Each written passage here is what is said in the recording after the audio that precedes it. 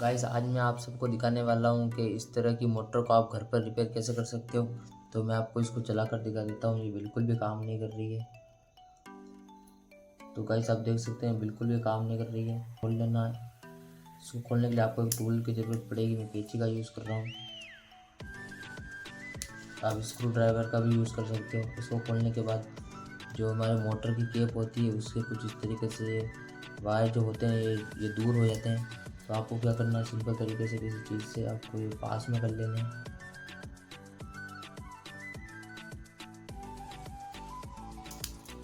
और आपको सही तरीके से इसको वापस से लगा देना है।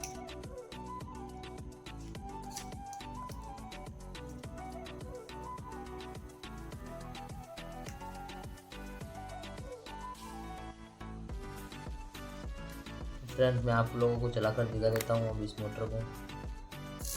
तो वैसे आप देख सकते हैं बिल्कुल अच्छे तरीके से वर्क कर रही है। बाय, मिलेंगे अगली वीडियो में। फ्रेंड्स अगर आपको वीडियो अच्छी लगी हो तो वीडियो को लाइक और चैनल को सब्सक्राइब कर देना इसी वीडियो के लिए। मिलेंगे अगली वीडियो में, तब तक के लिए बाय।